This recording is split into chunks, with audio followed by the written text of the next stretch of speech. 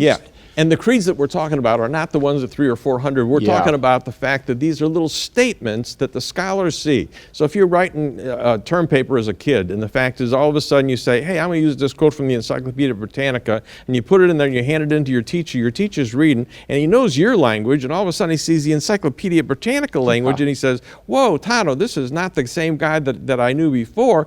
He's got a quote from someplace else. Well, the scholars have looked at the New Testament, and they're going down the script, and all of a sudden they see Paul using words that he never uses anyplace else. True. Or he's using Jesus Aramaic, and he sticks that in there, and it sticks out like a sore thumb, and the scholars say, let's mark that, because Paul, those aren't his words, he got them from someplace else. And this is like what we're when talking he uses, Maranatha, even so come, Lord Jesus, which, by the way, means Jesus was still alive when Paul's writing that 25 years later. And that's Aramaic. Another one, of course, is when Jesus referred to God as his Father, when he, Paul uses the private, family language for what his son would say to his dad.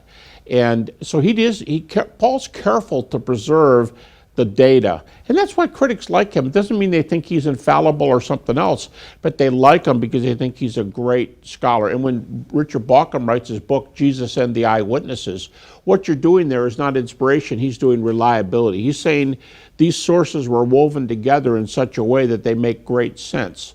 And Richard is doing mostly the Gospels there, but it's in that book, again, where he says the consensus New Testament view is that this stuff was around before Paul was converted.